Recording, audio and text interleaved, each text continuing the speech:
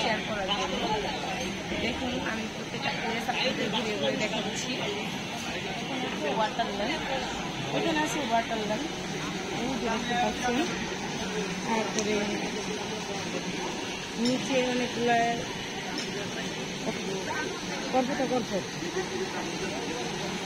নিচেও প্লেস আছে, হ্যাঁ নিচেও বসার প্লেস আছে। রেস্টুরেন্টটা হচ্ছে 3 তলা মূলত, ঠিক আছে। আমরা 2 নাম্বার প্লেসে, আমরা আছি 2 নম্বর প্লেসে, উপরেও একটা আছে। তো রেস্টুরেন্টটা মূলত ভালোই, খুব ক্লাসিক একটা রেস্টুরেন্ট আমাদের সাভারে।